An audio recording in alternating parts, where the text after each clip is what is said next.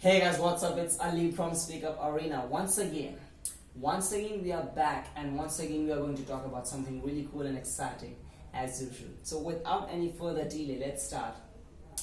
Today's topic is very near to my heart. You know why? Because it's all about parenting.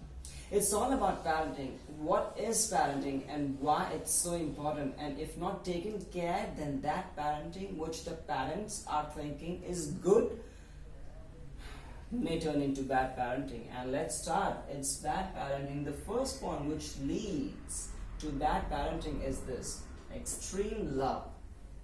Extreme love is good from a positive perspective if done in the right way, and then you take care of so many things when love comes into picture, especially extreme love.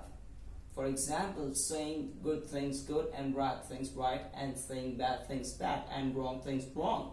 For example, it leads to leniency. Extreme love, if not taken care, it leads to leniency. I'll tell you a couple of examples.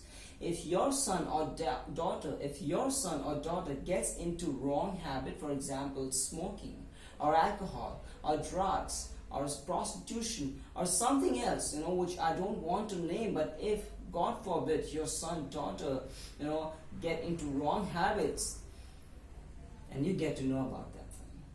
You get to know about that thing from a person whom you know. The person of your acquaintance, he or she comes to you and tells you about this thing. I saw your son or daughter doing this. I saw your son or daughter doing that. And you do not rely and don't even think of asking in a different way to your kid, son or daughter, or trying to pay a bit more attention on his or her moves, the timing, the pattern.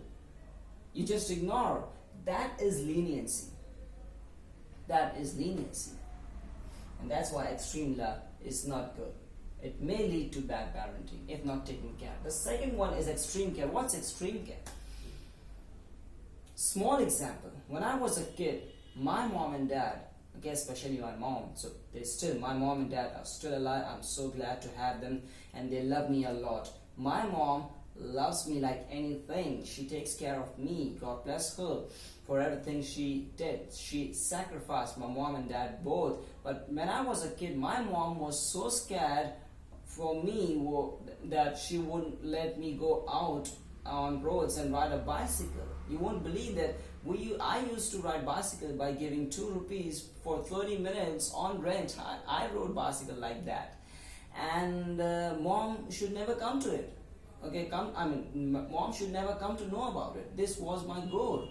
And because of that, she didn't allow me to ride a bicycle. She never bought a bicycle for me. And that's why when I was pursuing my graduation, when I was in my SYBSc, going to my classes and IIT for my diploma in software, I bunked the lectures.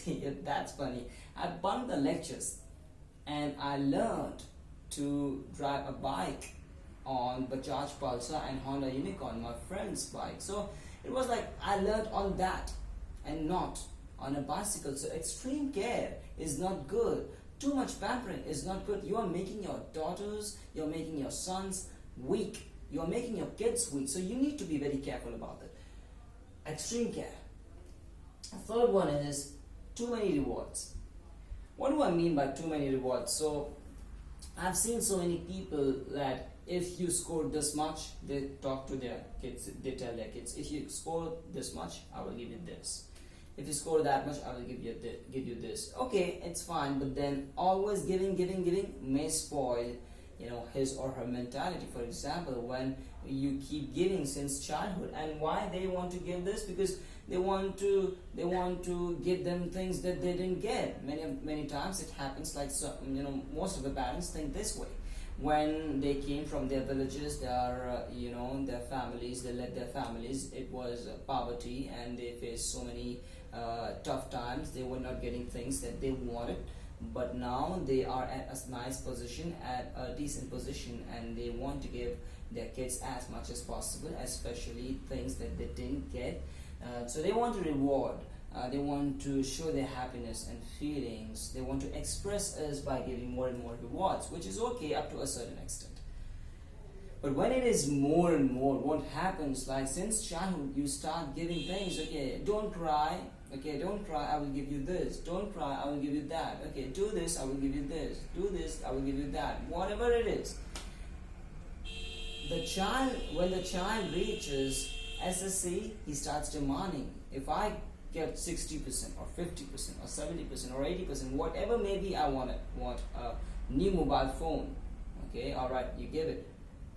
When he or she reaches HSC, he or she demands, I want a new bike maybe, okay, or a scooty, whatever it may be. Okay, alright, you give it. And he or she doesn't reaches to graduation also, you know, he or she doesn't reaches to graduation. He just or she funds. So what I'm trying to say is too much rewarding is not good. Too many rewards are not good. So you must be careful about this. The fourth point is all about imposing your decisions. Okay, never impose your decision upon people. And when it comes to parenting, you have to be very careful. You have to be very careful, because you know what, you may think that you are doing the right thing, you are doing a good thing for your kid or your daughter, but if you look from a different angle or a perspective, you will find that you are not doing the right thing, because there is a generation gap. How many times it happens? How many times it happens that the parents impose their decisions at multiple steps or portions of life. Okay, multiple steps and portions of lives, multiple phases of lives. For example, when it comes to choosing a career of your kids, you choose science or commerce or arts just on the basis of marks. I've seen this year I've seen so many people whose kids scored good marks, okay, 70-80 percentage, and they wanted to do something which was not aligned with those marks. For example, if you have scored 80%, you should go to science. If it is below 70, you should go to commerce. If it is below 60 or maybe 55, you should go to arts. This is what has been tagged by the society, which is bullshit. And the parents are also they're taking the same things. So I've seen students who have scored 70, 75 and they want to do commerce, but the parents are against it. Why? Because they don't think it is right. They want their kids to do this, to do that, which is wrong, and that creates friction between parents and the kids. There is a collision, you know. There is a repulsion, which is wrong. So you should never impose your decisions, except some places. Okay, there is always exclusions, exceptions. So apart from those a few moments or conditions, you should never impose decisions upon your kids. Not understanding the kids. You don't understand your kids. Okay, you don't understand their feelings. You don't understand their emotions. You don't understand their thoughts and mentalities. And this one is very much related to the fifth one, to the fourth one. Fifth one is very much related to the fourth one, imposing decisions. So if you do not understand kids, you will always end up imposing your decision. No matter if it is right or wrong, you have to understand your kids. No doubt about it. You have to understand your kids. The last but not the least is not supporting and encouraging kids. What do I mean by that? What do I mean by that? Just example, okay, just imagine you are father or mother or both, whatever it is, of a kid, of your child, of your son or daughter, and he or she is just 18 or 20 years old, or maybe 23, 24 years old, and he or she comes to you, okay, with an idea, a business idea or something new. He wants to do something in a social front, or he or she wants to do something which is new, which has not been done before. It's something very challenging and difficult.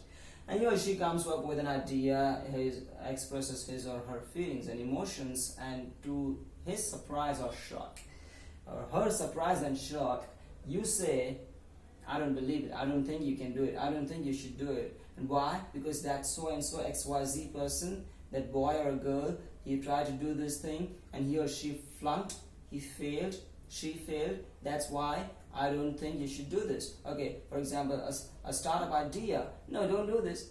You have a secure job. You have a 9 to 5 job. What else do you need? You get free lunches and dinners. You get, stuff from the vending man. You have free snacks. You have Mediclaim. You have so many things. There is a pick and drop facility. You are working in glass pack building, AC, nice chair, steel case, whatever may be. Why do you want to leave? And think about that person, okay, who started and it didn't work, and that person went back to job. Do you want to be the same stupid person? I can't say what's happening with the parents.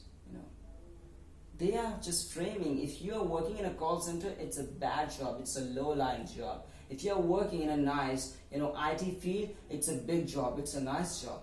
Bullshit. You need to change your thoughts. Parents, wake up. If you don't change your thoughts, you will find your kids much, much, much away from you. Or quarrels and conflicts will start inducing. It will happen every single day.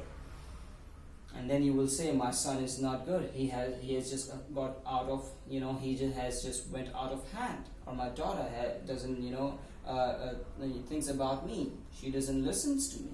I'm sorry, she doesn't listen to me. And that's why it's very important for all of us to understand what is parenting. Don't do these things because this is bad parenting. I hope that you will take these things seriously. It's very important. Don't neglect or avoid it. Hope you enjoyed the video. And just want to tell you, just subscribe, like, put the comments, good or bad. We will love to work upon our weaknesses. And our goal, and by SpeakUp Arena, our goal at SpeakUp Arena is just to deliver you the best of the bests, okay? And keep doing that on a regular basis, and hit the notification bell if you have already subscribed but not hit the notification bell. Hit the notification bell and share it with your friends and relatives, our family members. Till the next time, take care. Bye-bye.